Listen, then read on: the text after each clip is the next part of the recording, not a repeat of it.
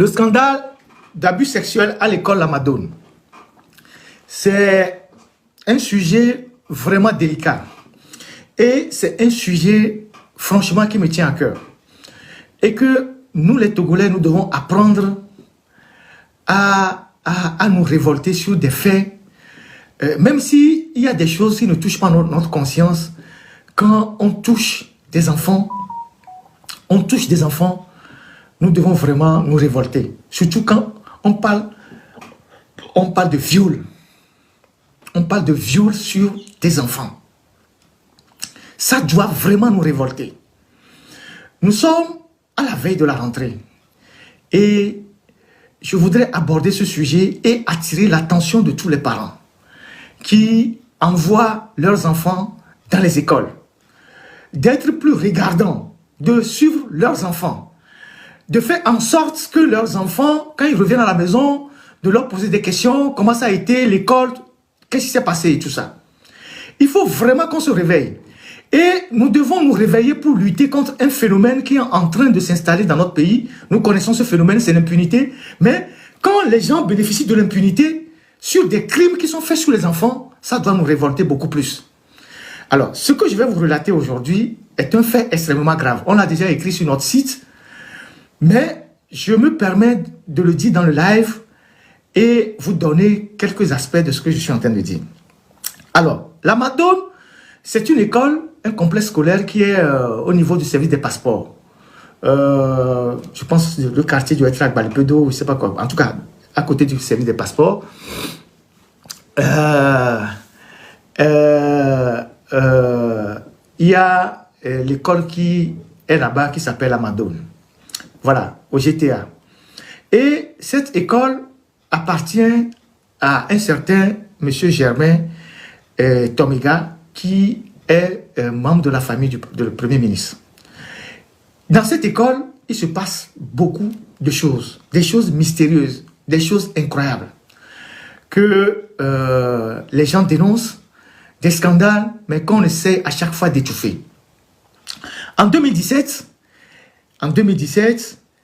il y a eu 4 plombiers qu'on a retrouvés dans les puisards de cette école-là. L'affaire avait défrayé la chronique. Les journalistes se sont emparés, il y a eu des dénonciations. Mais, interpellé à l'époque, le directeur a dit oui, que la gendarmerie est sur l'affaire, que bon, la gendarmerie va s'en occuper, et puis après, plus rien. On n'a jamais su ce qui s'est passé avec ces 4 plombiers, comment ils se sont retrouvés là-bas, et comment ils sont morts dans le puisard. Et les riverains, dans le processus de ce dossier que nous avons vu à faire, les riverains nous ont dit qu'il se passe des choses mystérieuses dans cette école, des scandales, des trucs qui se passent que personne ne comprend.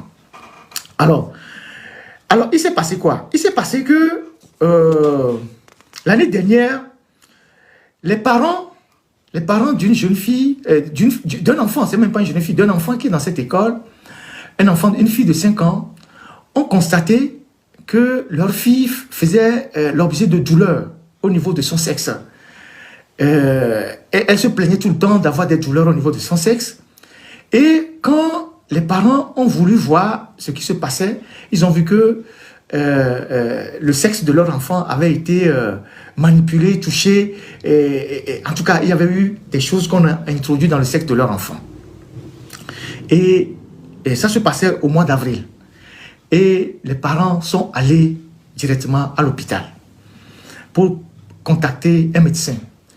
Et le médecin leur a dit ce qui s'est passé avec leur enfant n'est pas l'œuvre d'un gamin.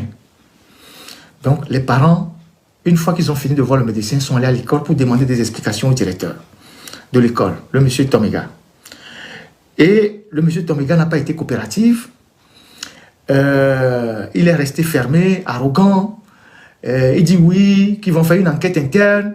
Après, il revient, il dit aux parents que ouais, l'enquête a démontré que la fille allait dans les toilettes et un de ses camarades l'a suivi. Et c'est dans les toilettes que le camarade l'a forcé, l'a mis le doigt dans son sexe, un truc sans tête ni queue.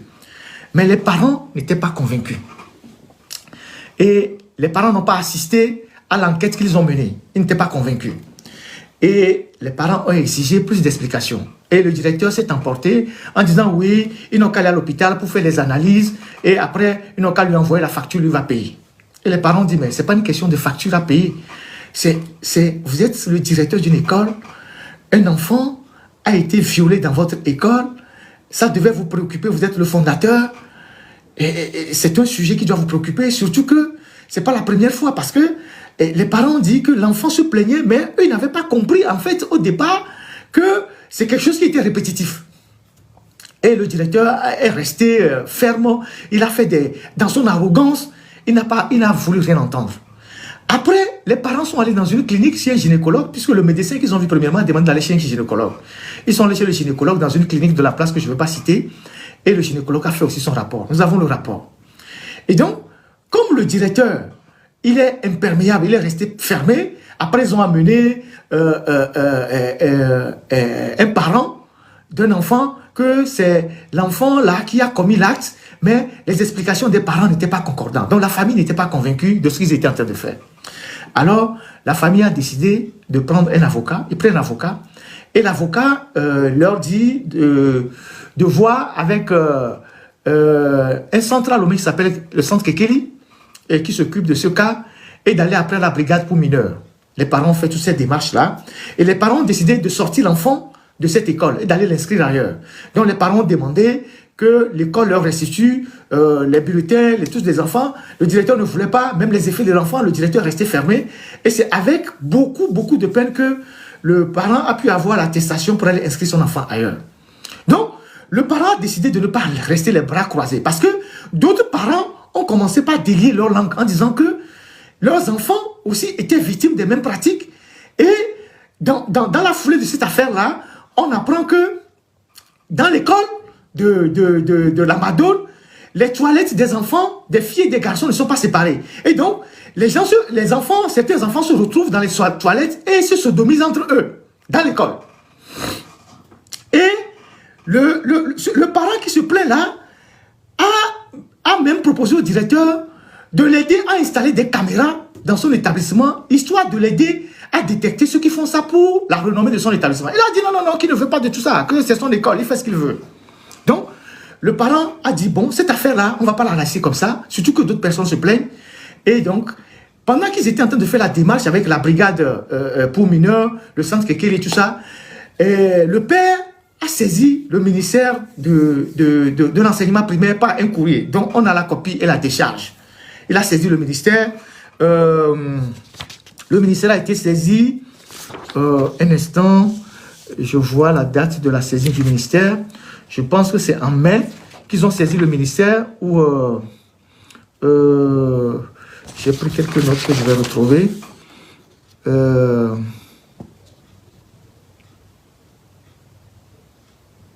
Alors, le 3 mai, effectivement, la famille a saisi le ministère. Il y a eu une décharge, mais la famille n'a pas eu de suite de la part du ministère. Bon, je ne sais pas si en cette période, les Kokoroko qui pour la rigueur étaient tellement occupés et tout. Donc, le courrier au ministère n'a pas connu de suite. Les parents sont allés à la CNDH, encore en mai. Ils sont allés à la CNDH et au départ, selon les témoignages des parents, la CNDH ne voulait pas les entendre parce que ils savent à qui appartient l'établissement. La CNDH a commencé par faire du dilatoire. Et pour que le monde entier sache ce qui se passe dans cet établissement. Et c'est là où la CNDH a finalement accepté de les entendre. Donc, ils ont allé les faire à la CNDH. Et la CNDH a dit, bon, ils vont voir ce qu'ils vont faire. Donc, ils sont passés à la CNDH. Après, ils sont allés à la primature. Donc, au ministère, chez le Premier ministre, chez Tomiga, pour déposer un courrier narrant les faits. Comment les choses se sont passées sur leurs enfants à l'école Amadone. Le service courrier de la primature a refusé de prendre le courrier et les a renvoyés de façon comme des malpropres. Ils ont dû repartir avec le courrier et donc la primature n'a pas pris le courrier. Entre-temps, il y a quelques individus qui se réclament de la famille du directeur qui appellent les membres de la famille de la victime pour les menacer en disant vous voulez nous exposer ce que vous êtes en train de faire là. On va vous montrer, le pays là nous appartient, vous ne savez pas ce que vous voulez faire. Donc, ils ont commencé par menacer, par des appels anonymes, le père de la victime. Vous voyez, en plus d'avoir violé la fille dans l'établissement, ils se permettent d'utiliser des trucs anonymes pour menacer le père de la victime qui est déjà traumatisé et qui est en train de chercher justice. Donc, ils ont fait tout le tour. Et après, ils attendaient la CNDH. Et le 5 septembre, donc il y a quelques jours, la CNDH leur envoie un courrier que nous avons ici, que eux ne peuvent pas se prononcer sur l'affaire parce que selon leur règlement ou leur disposition, une affaire qui est déjà à la justice, qui est dans le circuit judiciaire, la CNDH n'a plus le droit d'intervenir dans l'affaire. Comme l'affaire est la brigade pour mineurs, la brigade pour mineurs a fait une enquête et a transmis les résultats de l'enquête, je ne sais pas, à un juge, je ne sais pas pourquoi, et donc il ne veut pas se mettre. Et donc la CNDH aussi, s'en est lavé les mains. En fait, au départ, déjà, la CNDH ne voulait pas les entendre. Donc on comprend que on cherche à protéger quelqu'un dans cette affaire-là. Donc, aujourd'hui, ce parent ne sait pas quoi faire. On parle quand même du viol d'une petite fille de 5 ans dans un établissement scolaire. Le viol, c'est un crime.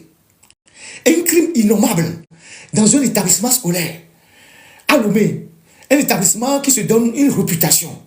Et le fondateur de cette école, le directeur de cette école, dans une arrogance que nous ne pouvons pas décrire, se permet de renvoyer les parents dans les cordes en disant « Allez faire des analyses, amenez-moi la facture, je vais payer, je n'ai rien à foutre. » Alors, dans le traitement de cette information, nous avons interpellé le fameux monsieur Tomiga. Alors, quand on l'avait appelé au téléphone, et tel qu'on l'a dit qu'il est arrogant, il est rentré dans une colère. Il dit oui, nous sommes qui? Pourquoi on l'appelle avec un téléphone de l'étranger? Nous sommes quels journalistes? Lui n'a rien à me dire, que c'est des embêtements, qu'on a qu'à aller voir son avocat. C'est qui votre avocat? Il ne veut pas donner le nom de son avocat. Et il raccroche. Pour dire que nous sommes là, vous ne pouvez rien. Nous bénéficions d'une certaine impunité, vous ne pouvez rien. Mais on ne peut pas laisser des choses comme ça prospérer dans notre pays. Soit le ministère de l'enseignement primaire et secondaire va jouer sa partition jusqu'au bout, soit le ministère de la justice va jouer sa partition jusqu'au bout, ou soit on va continuer par dénoncer ces pratiques-là. Parce qu'on ne peut pas accepter que, au Togo, un établissement scolaire privé qui fait déjà payer chez les parents se permet de laisser des pratiques comme ça s'installer dans l'établissement. Les enfants qui vont se sodomiser dans les toilettes, les enfants qu'on viole dans les toilettes des filles et des garçons qui ne sont pas au même endroit, qui sont au même endroit et qui ne sont pas séparés. Donc, des pratiques bizarres dans un établissement scolaire. Et le premier responsable, qui lui-même il est père d'enfants, ne s'en meut pas. Au contraire, il essaie de justifier ça dans une arrogance inouïe. Donc, je pense que nous devons quand même, à un moment donné, même si notre conscience est morte, même s'il y a des choses que nous n'arrivons pas à dénoncer, violer une fille de 5 ans dans une école privée ou dans un établissement, c'est un crime. Nous devons tous nous organiser pour que on puisse faire justice à ses parents, parce que surtout que les parents sont décidés à aller jusqu'au bout. Et c'est ça qui est intéressant dans l'affaire. Et il n'y a pas que ses parents, il y a d'autres parents qui ont commencé par se signaler. Depuis qu'on a écrit l'article, on a eu d'autres témoignages venant du même établissement. Ça veut dire qu'en fait, c'est une pratique qui est connue dans cet établissement, mais les parents avaient peur d'en parler. Connaissant le propriétaire de l'établissement, les parents avaient peur d'en parler. Je ne sais pas si c'est à des fins de mysticisme, je ne sais pas à quelle fin, parce que quand on parle de 4 plombiers qui étaient déjà morts en 2017, ça avait défrayé la chronique. Après, il y a quelques pratiques là-bas. On ne sait pas ce qui se passe, mais il faut que, moi j'interpelle ici Kokoroko, parce qu'il a dit qu'il va y avoir une rigueur dans la gestion des établissements scolaires. Si ce monsieur ne veut pas assainir son établissement, il faut lui retirer l'agrément. Aucun parent ne va accepter que quand son enfant va à l'école, il va se faire violer par quelqu'un.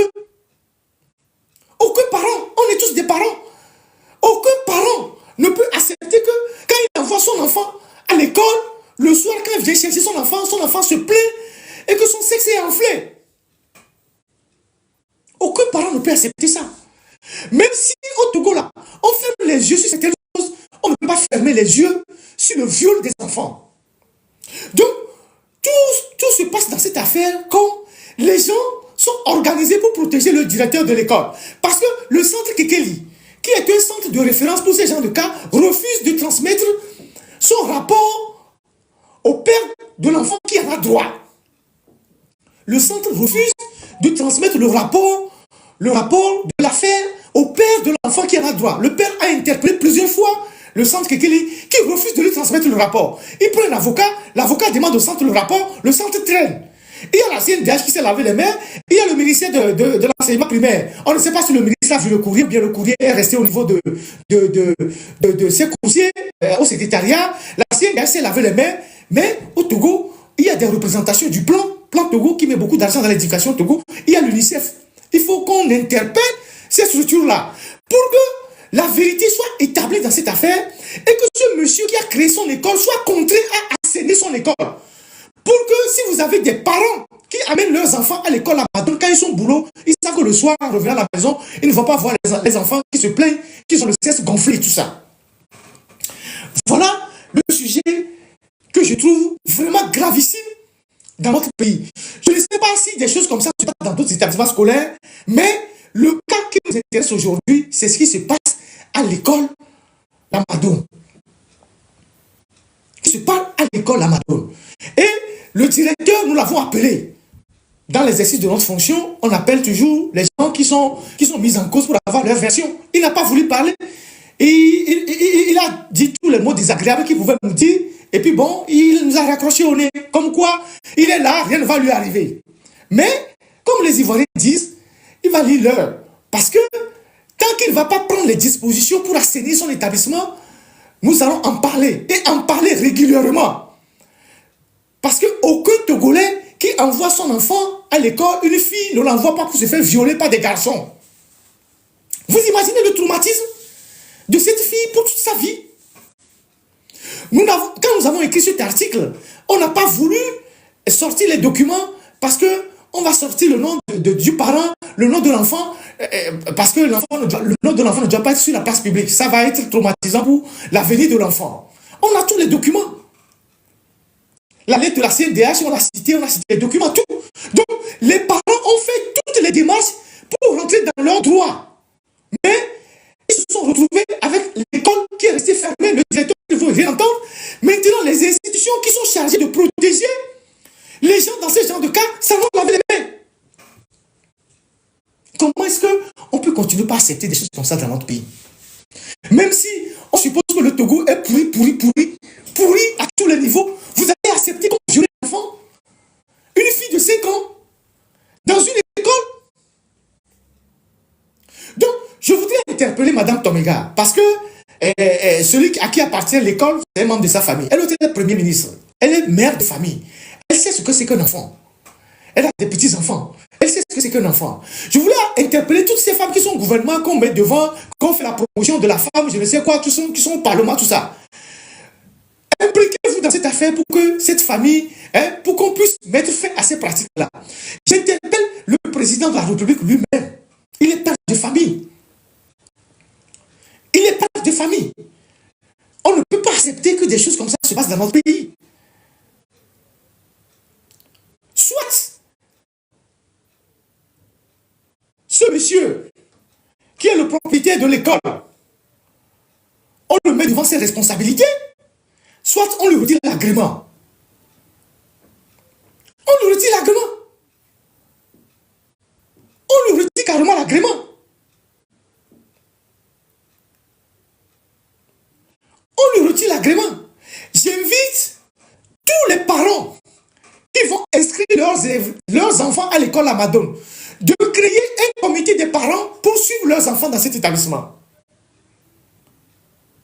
Je ne leur demande pas de retirer leurs enfants. Je ne suis pas en train de faire une campagne contre l'école. Je pose des faits. Mais je dis, les parents qui envoient leurs enfants là-bas, créez un comité des parents, un collège des parents pour suivre vos enfants dans cette école. Parce qu'il y a des choses que certains enfants ne disent pas à leurs parents. Il y a des choses que des enfants vont venir à la maison et ne vont pas dire à leurs parents. Ils ne vont pas dire à leurs parents. Certains peuvent le prendre comme de l'amusement. Certains peuvent le prendre comme de l'amusement. Des enfants qui se retrouvent dans les toilettes et certains mettent les mains dans les sexes des autres. Dans un établissement scolaire, c'est pas normal. Après, on se retrouve avec des gens qui vont avec le même sexe. Vous savez de quoi je veux parler? Ce n'est pas normal pour notre pays. Donc, il faut étouffer le mal dès le départ. Donc, j'interpelle tous ceux qui interviennent dans la chaîne éducative, le ministre de l'enseignement primaire et secondaire, les organisations internationales, Plan Togo. Moi-même, je vais saisir, avec tous les documents que j'ai, je vais saisir l'UNICEF. J'ai une petite notoriété, ce n'est pas une très grande notoriété. Je vais saisir l'UNICEF. Si vous ne faites rien, je vais écrire à l'UNICEF. J'ai tous les rapports. Je vais saisir l'UNICEF pour leur dire, voilà ce qui se passe au Togo où ils mettent de l'argent dans l'éducation. Ce n'est pas parce que les gens ont des parents qui sont premiers ministres qu'il faut les protéger. Quand ils laissent faire les bêtises, il faut les protéger. Moi, je vais écrire. J'ai tous les rapports. Je vais écrire à l'UNICEF. Et je vais leur dire ce qui se passe. Si eux aussi ne bougent pas, je vais les dénoncer publiquement. Quand il s'agit des enfants, on ne doit pas être tolérant. On ne doit pas croiser les bras. On ne doit pas se taire. Et ce monsieur, il se permet tout. La manière dont il nous a parlé au téléphone.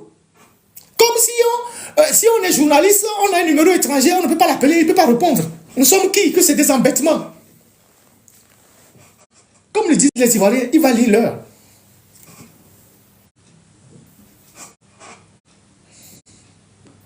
C'est demain la rentrée. Donc, les parents qui envoient leurs enfants à la Madone, suivez très bien vos enfants. Surveillez vos enfants. Quand ils reviennent le soir, posez-leur les questions. Quand vous allez les prendre, posez-leur les questions. Un directeur irresponsable qui reçoit autant d'enfants dans son établissement et qui ne prend pas les dispositions, ce n'est pas normal. Ce n'est pas normal. Quand vous avez autant d'enfants dans votre école, vous séparez les toilettes, vous séparez le couloir des garçons et des filles. Vous mettez les caméras. Vous prenez les dispositions. Comme les enfants restent à la garderie, vous les gardez, vous les surveillez. Vous mettez les gens pour les surveiller. En plus, l'école est chère, comme quelqu'un le dit. Personne ne va aller payer une école très chère pour ramener les vieux de son enfant à la maison.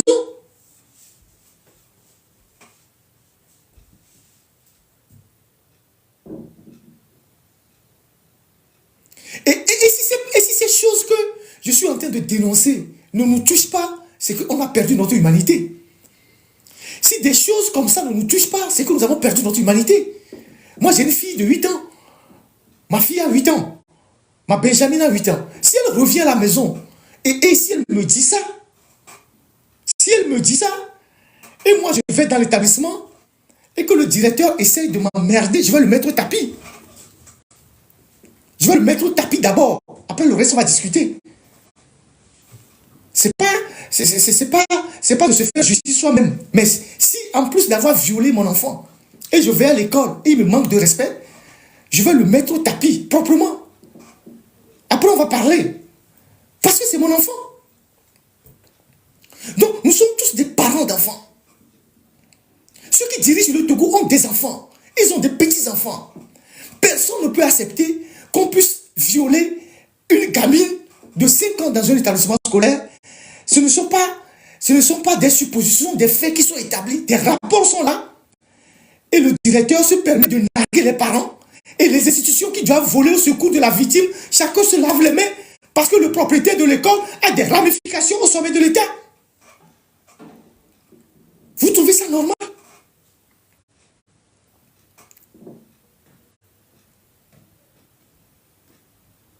Nous avons perdu notre humanité au Togo. Nous avons perdu notre conscience au Togo. On n'a plus de repères dans ce pays. Les gens vont rester quelque part et vont dire non, que c'est fascinant, il parle trop. Mais c'est des faits qui doivent nous choquer. Si nous ne sommes pas capables d'être choqués par des faits, on n'a plus de conscience, on n'a plus d'humanité en nous.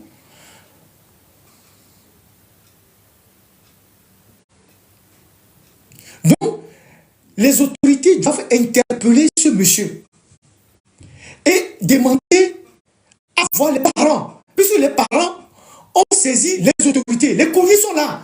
Leurs adresses sont là. Moi, je ne vais rien publier sur la page publique pour exposer les parents. Les courriers sont là. Il y a plus grave dans ce dossier que je ne dis pas pour le moment. Il y a plus grave dans ce dossier que je ne vous dis pas pour le moment, que je vous dirai après.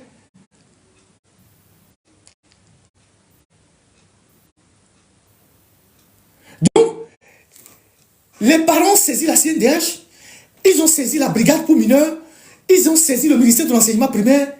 Il faut que le gouvernement retrouve ses courriers et interpelle ce monsieur Tomiga qui vient s'expliquer. Et qu'en plus, qu'on prenne toutes les mesures pour que son établissement soit assaini à défaut de lui retirer l'agrément.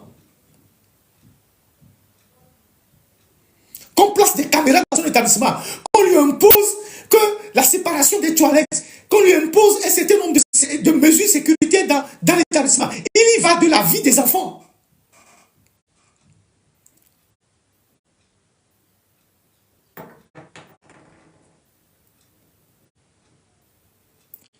Ce sont des faits très graves. Dans certains pays, on ferme l'établissement tout de suite. Il n'y a même pas de discuter. On ferme l'établissement. On ferme l'établissement. Une petite fille de 5 ans. Et ils se sont permis de dire que c'est son collègue qui a eu le doigt dans son vagin dans les toilettes. Comment ils l'ont su? Et après leur enquête interne, c'est son collègue qui l'a suivi dans les toilettes et qui a mis les doigts dans son vagin. C'est ce qu'ils ont écrit dans le rapport.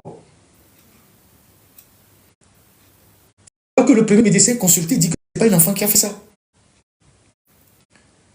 Et que d'autres parents parlent maintenant en disant que eux aussi, ils ont des enfants qui ont été victimes des mêmes attouchements sexuels dans cet établissement.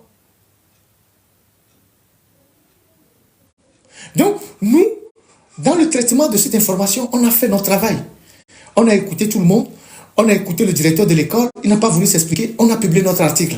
Je suis venu maintenant dans le live, je fais un commentaire. Mais on va revenir dessus si les lignes ne bougent pas. Et tous les Togolais doivent prendre conscience que ce n'est pas normal que dans notre pays, des choses comme ça se passent. Et donc, vous, tous qui envoyez vos enfants dans les établissements scolaires, surveillez vos enfants. Il n'y a pas que la Madone. Aujourd'hui, on parle de la Madone. Peut-être demain, il y a notre établissement. Quand j'étais au pays, on a fait des articles sur les enfants qui vont dans les écoles, les collèges qui sont à Lomé, qui sont des collèges de renommée, qui fument le joint, qui fument le cannabis. On avait fait déjà des articles là-dessus. NDA, protestants, tout ça, qui fument le cannabis. Le cannabis. École française où les enfants, les réseaux de ce que vous savez, les réseaux de Woubi se développent. C'est dans ces écoles que ça se développe rapidement. On avait fait des articles là-dessus pour montrer ce que notre système éducatif est devenu aujourd'hui. Ça, c'était la drogue, le cannabis et tout ça. Mais quand on va dans le viol des enfants, mais on a touché le fond. On a touché le fond. Donc, les ministres qui sont au gouvernement, les femmes, tout ça, vous devez prendre vos responsabilités. Quand votre patron vous met devant en disant, oui, on a la première ministre de l'histoire du Togo, quand il dit ça en Chine, que c'est l'histoire du Togo, on a la première femme présidente de l'Assemblée nationale, on ne vous met pas seulement pour faire le décor. Jouez votre rôle de maman, et intervenez dans les dossiers, essayez de sauver la vie des enfants, parce que vous avez aussi des enfants, vous avez des petits-enfants. En plus, l'enfant, c'est le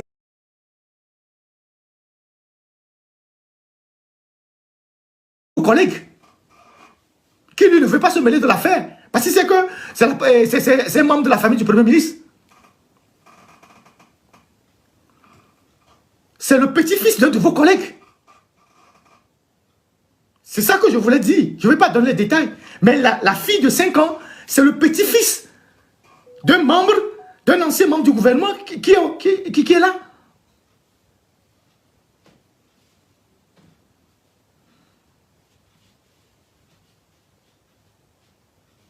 C'est quoi ces conneries?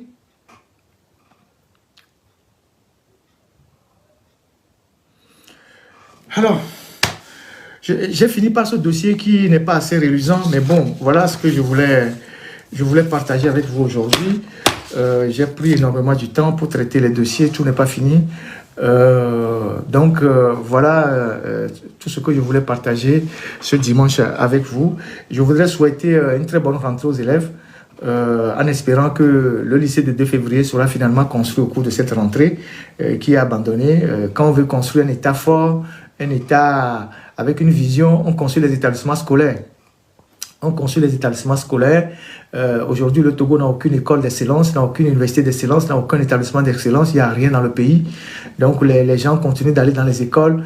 Et les gens ont fait des collèges 40 ans après, 30 ans après, ils retournent, ils voient le même banc. Ça veut dire que le pays n'a pas bougé. Et donc, en espérant que bon, les infrastructures vont être améliorées. Et voilà, on a un gouvernement qui est là, pléthorique. Il m'a été rapporté que la Benjamin du gouvernement, celle qui était aux mines là qu'on dénonçait, depuis qu'ils ont fait la passation de service avec le général Yark, elle ne trouve pas le bureau de Yark à son goût. Donc son bureau est au niveau des 4 ministères, je ne sais pas comment, au CASEF là-bas. Elle n'a pas trouvé le bureau dans lequel était le général Yark à ses goûts. Elle est en train de casser tout pour refaire son bureau. Vous voyez le Togo? Vous voyez le pays dans lequel nous sommes? On nomme un ministre et elle ne trouve pas le bureau qu'a occupé son prédécesseur à son goût. Elle enlève tout, elle casse tout, les rideaux, les carreaux, le mobilier, elle sort tout. Et ça, c'est un pays, ça. Un pays qui est gouverné. On nous dit que c'est un pays qui est gouverné. Vous pouvez imaginer qu'au Ghana, on nomme un ministre, il va aller casser le bureau parce qu'il ne trouve pas le bureau à son goût. Ou aux États-Unis. Les gens sont dans des bureaux aux États-Unis en France depuis 200 ans, le même bureau. On a changé peut-être le meuble 2 ou 3 fois. Mais en Afrique, c'est ça. On vit dans la superstition, on enlève jusqu'à enlever les carreaux dans le bureau. Soit disant que celui qui est sorti a peut-être mis des gris-gris sous les carreaux. Donc, depuis, elle n'a pas retrouvé son bureau. Elle est en train de casser les choses là-bas pour refaire son bureau. Et ça, il y a un chef d'État qui est là, qui ne dit rien. Et les gens sont au service de la République ou bien ils sont au service de eux-mêmes. Ils sont à leur propre service. Les gens sont au service de la République ou ils sont à leur propre service. On te nomme ministre, tu dis que tu ne trouves pas le bureau de ton prédécesseur à ton goût. Tu casses. Tu fais des travaux. Tu enlèves les choses sur les murs, tu casses les carreaux, tu fais des trucs, tout ça. C'est ta maison. Si dans 6 mois on fait un remaniement, on t'enlève. Tout ce que tu as fait là-bas, c'est sur quel budget? Et on a un président qui est là, qui ne tape pas du poing sur la table et qui laisse faire. Après, on va venir nous dire qu'on parle de la transparence dans le fonctionnement des institutions. On va nous parler de la transparence dans le fonctionnement des institutions. C'est la transparence dans le fonctionnement des institutions publiques qui exige qu'un nouveau ministre casse le bureau de son prédécesseur, enlève le mobilier, enlève les rideaux, tout. Pendant ce temps, elle est à la maison. Quand les gens vont finir les travaux, le ministère de l'eau, pendant ce temps, l'eau ne coule pas dans les robinets. Elle est en train de casser le bureau avant de s'installer. Elle veut quoi? Elle veut un bureau à la Louis XIV ou au roi Henri, je ne sais pas quoi. Voilà les conneries que nous faisons. Après, c'est pour dire que ce sont les autres qui sont responsables. Là où tu vas venir s'asseoir, signer juste les documents et rentrer à la maison le soir, tu dis que tu ne trouves pas le bureau à ton goût, tu casses. Et c'est sur quel budget? C'est ça. C'est ça notre pays. Parce qu'il n'y a pas une autorité au sommet qui a, je ne sais pas, qui met l'ordre dans tout, qui demande aux gens, à la limite, s'il y a une chaise, un fauteuil qui n'est pas bien, on peut remplacer. Dans les pays normaux, il y a un service qui s'occupe du matériel. Le matériel de l'État. Et quand vous voulez changer des meubles, vous demandez au service, on vient faire une expertise. Si il y a des choses qui sont dégradées, on change ça. On change ça. Donc, un ministre ne peut pas se lever pour dire que j'ai trouvé un bureau, la peinture n'est pas correcte, je vais refaire la peinture, je vais remettre ceci, je vais changer les fauteuils, donc je vais aller à, je sais pas, Galerie Confortium, bien, Togo Meuble pour acheter les fauteuils de 3 millions, 4 millions, je vais faire ci, je vais enlever les carreaux, peut-être que celui qui est resté là-bas, il a mis les gris-gris sous les carreaux. C'est ça une république qui fonctionne avec des règles. Et comme ce sont des femmes, elles se permettent tout. Elles ont droit à tout. Et personne ne les rappelle à l'ordre. Ce sont les princesses de la République. Et vous voulez qu'on ait quel résultat avec des comportements comme ça? Vous voulez qu'on ait quel résultat avec des comportements comme ça? Et c'est des petites filles qui sont arrivées récemment dans les histoires de gouvernement qui se comportent comme ça. Parce qu'on a une république qui est en vrac. Chacun fait ce qu'il veut. Le chef n'est là que quand son pouvoir est menacé, il réagit. Le reste, il laisse tout le monde faire. Surtout quand il s'agit des femmes. C'est un open bar, quoi. Elles ont tout. Ouais, il y a des Togolais qui trouveront que c'est normal. Alors qu'aucune république ne fonctionne comme ça. Il y a des Togolais qui trouveront que c'est normal.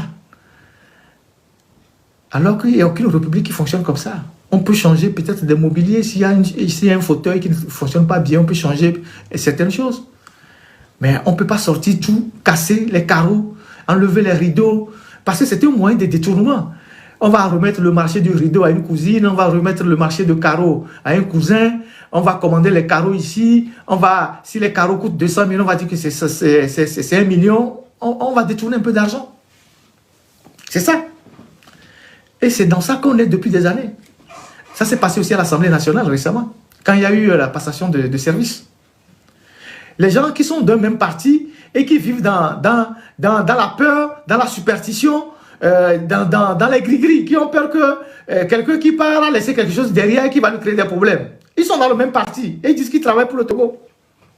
Et que leur parti, c'est un parti de paix et de prospérité. Mais ils ont peur les uns des autres. Quand quelqu'un se lève, l'autre ne peut pas s'asseoir. Mais ils sont dans le même parti.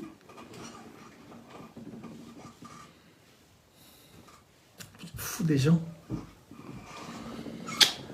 Les gars, merci à tout le monde. Merci pour le temps que vous avez pris pour me suivre pendant tout ce direct. On a été si nombreux. On va s'arrêter là. On va pas tout vider aujourd'hui. Si Dieu nous prête vie, dimanche prochain, on fera un autre direct. Je fais l'effort de suivre les observations, les propositions des gens qui me suivent. Donc, je ferai l'effort.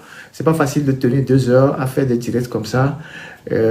Comme j'ai l'habitude de le dire, moi, c'est ma seule tribune d'expression. Je n'ai pas une autre tribune. Avant, j'avais l'autre journal. Maintenant que je ne peux plus avoir l'autre journal, je m'exprime ici. Et tout ce que j'ai à dire, je le dis ici. Tous les posts, je le fais sur ma page.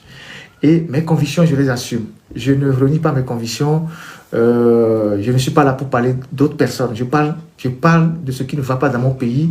Et je m'efforce, moi, autant que se peut, je m'efforce de dénoncer tous les prédateurs qui détruisent le Togo. Parce qu'il n'y en a pas qu'un seul. Tous ceux qui détruisent le Togo sont nombreux. C'est une chaîne. C'est une chaîne. Il y a ceux qui agissent à visage découvert, et il y a ceux qui sont dans l'ombre, et il y a ceux qui ont des intérêts dans ce pays. Tous ces gens-là participent à soutenir ce régime et à nous maintenir dans l'esclavage. C'est tous ces gens-là qu'il faut dénoncer. Qu'ils soient français, allemands, anglais, je ne sais pas, qu'ils soient israéliens, indiens, libanais, tous ceux qui aujourd'hui participent à soutenir fort, à soutenir son régime, à faire piller le Togo, nous devons les dénoncer au même titre. Et moi, je le fais. Et c'est ce que je fais depuis des années. Et donc, voilà. Et je vais continuer par le faire. Mais je ne tomberai pas dans les manipulations du régime togolais qui essaye de se défausser de ses responsabilités en parlant de panafricanisme qui aujourd'hui emballe les gens et dont certains ne comprennent pas trop grand-chose. Donc aujourd'hui, le Togo est devenu un régime panafricaniste. Vous pouvez imaginer le niveau où on est arrivé dans la manipulation. Donc il faut déconstruire tout ça. Et en déconstruisant tout ça, nous devons faire preuve de lucidité. On doit faire preuve de lucidité. Le seul objectif de force, c'est de régner le plus longtemps possible. C'est de sauver son régime. S'il peut s'accrocher à n'importe quoi pour garder son régime, il le fera. Si demain, il y a une idéologie qui marche plus que le panafricanisme, ils le deviendront. Parce qu'aujourd'hui, le panafricanisme prospère dans l'opinion qu'ils sont devenus panafricanistes. Si demain, c'est le communisme, ils vont devenir communistes. Si après demain, c'est le trotskisme, ils vont devenir trotskistes. L'essentiel pour eux, c'est de garder leur pouvoir. C'est de changer de couleur de peau. Ils sont comme des caméléons. À chaque fois que la nature change de couleur, eux aussi, ils s'adaptent. Mais eux, ils s'adaptent. On ne doit pas tomber dans ce jeu-là. Vous voyez. Et donc, je dis merci à tous les camarades qui sont, à tous les amis qui sont en ligne. Merci pour Isidore qui a fait la modération, avec Annie qui ont fait la modération sur Facebook et TikTok. Merci aussi à Bill. Et s'il plaît à Dieu, dimanche prochain, on pourra se retrouver pour continuer par parler de notre pays. Et moi, je suis là, je reçois des dizaines de messages par jour des Togolais. Et ça me donne une idée du désespoir qui s'empare de notre pays et de ce que notre pays est devenu. Donc, se taire ou garder, rester sans rien dire, c'est vraiment, ça serait criminel. Et donc, nous devons faire ce travail-là que nous sommes en train de faire pour le bien de notre pays demain. Et donc, je vous dis merci. Merci pour le soutien de tout le monde. Merci pour vos encouragements. Merci pour ceux qui prient pour nous, parce que c'est aussi une bataille spirituelle. Vous ne pouvez pas imaginer ce qui se passe. C'est aussi une bataille sur le plan spirituel. Donc, merci pour ceux qui nous portent dans les prières. Merci pour ceux qui s'inquiètent de notre sécurité. Merci pour ceux qui nous envoient des messages de prudence. Merci pour ceux qui nous donnent des conseils aussi, parce qu'il arrive parfois que par rapport aux agissements de certaines personnes, on s'énerve un peu. Il y a des gens qui nous disent bon, il faut les minimiser. Merci aussi pour ça. Il faut un peu de tout dans la vie pour faire un homme. Et donc nous sommes très ouverts aux conseils. On entend un peu partout. Et Dieu nous aidera. On fera notre part. Et demain, si quelque chose nous arrive, l'histoire retiendra que en toute honnêteté, on a fait notre part pour le bien de notre pays.